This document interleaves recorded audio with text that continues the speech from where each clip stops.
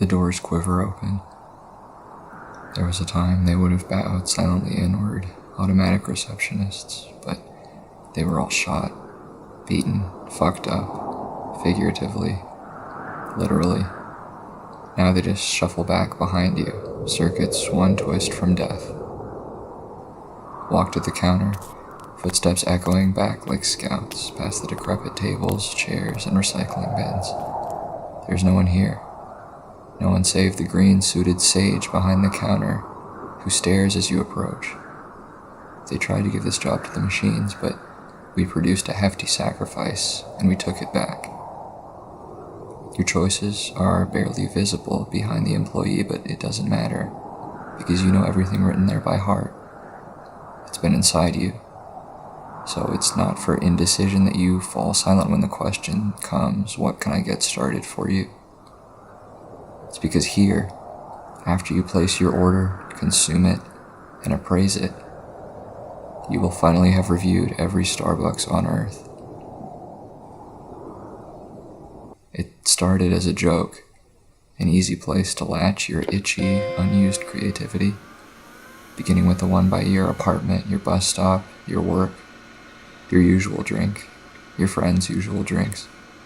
The hardest part was picking a screen name on Yelp. But within 2 months, every Starbucks ever was part of your life. A few more months, a few dozen paid placements, 1 million followers. It was your life. Then the world changed. You can remember where you were. On the train, excited, on the way to meet a woman who you thought wanted to be your agent. The rain outside was pierced suddenly by white light, and you remember thinking how much everyone looked like deer as you all looked up blankly for a split second. Then the train stopped. Everything stopped. And you had a perfect vantage point to see the burning hole in the center of your city. There must have been 40 or 50 Starbucks in there. In the bedlam, wandering between the recently uprooted, you don't think to cancel your queued post. You thought how strange it was that it still earned a handful of hearts. You hadn't yet broken your stream of reviews to comment on any of the scandals or atrocities that become as common as meals. You knew it was part of your appeal, that fans could laugh at your send-up of the latest misspelling of your name on a cup. It was a relief. But now you were a fixture, a public person, and you had to reach out, had to say something for your city, your planet. The post was popular, though not your most. You increased the rate of your reviews. 3 Starbucks a day, 5 a day on weekends. The streets are full of soldiers and soldierized police, and the window in your apartment, recently leased with Starbucks money, has a web of cracks where the blast pushed in. The low lighting, the menu, the green queen out front, it makes you feel safe. You'd rather be here than anywhere else. Even when the prices rise, when Wi-Fi is no longer free, when the first PSL of the season tastes like ashes, when you find yourself shrieking, "My life is a bit, my life is a bit," over and over into your flat white, you'd rather be here than anywhere else. The new regime has problems with lots of things, but not Starbucks. As many of your media peers disappear, you shine brighter than ever, on the road for weeks, months at a time, to expand your reach, your fame. You're surprised how often you're waved through a traffic stop by an armed admirer of your work. You see all sorts in Starbucks, it's one of your favorite things about it. But you notice the percentage of the spiritual and mystical who frequent Starbucks really seems to be on the rise. One night, as you and the barista attempt to figure out the exchange rate for the new currency, you notice across many rows of wooden tables a cloaked figure staring at you. You wouldn't pay them any mind, except they seem to be speaking to you, not insane, but like a grandparent might.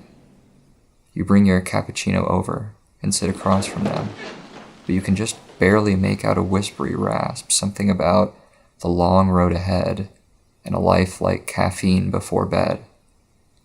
Worried, you move away to write your review, but in the years to come you think about that cloaked figure a lot. The heat rises, And sometimes when you arrive at the next Starbucks on your list, it's closed or destroyed or seems just to have vanished. You put asterisks by them to return someday, but it soon becomes clear you never will.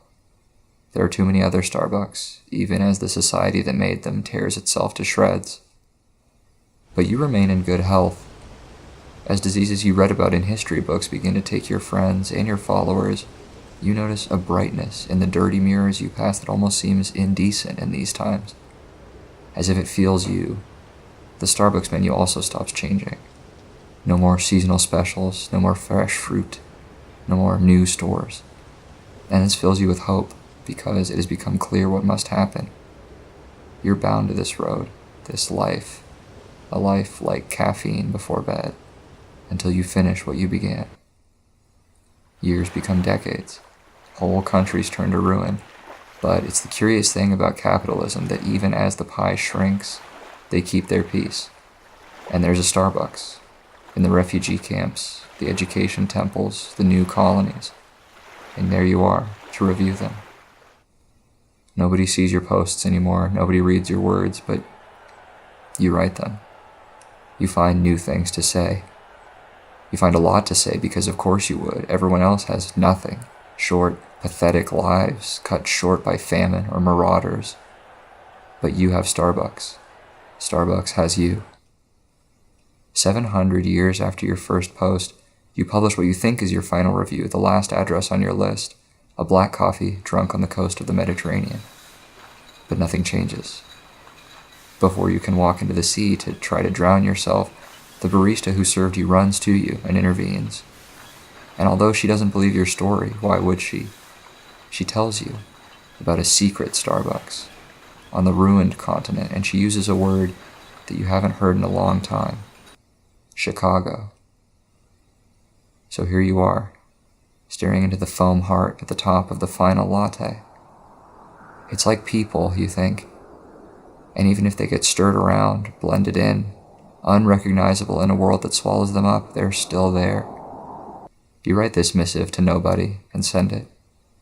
The barista's turned around, cleaning up, and doesn't see your eyes slowly closing or the smile stretching across your face. The last thing you see, as your head hits the table, is her face, that smiling emerald mermaid.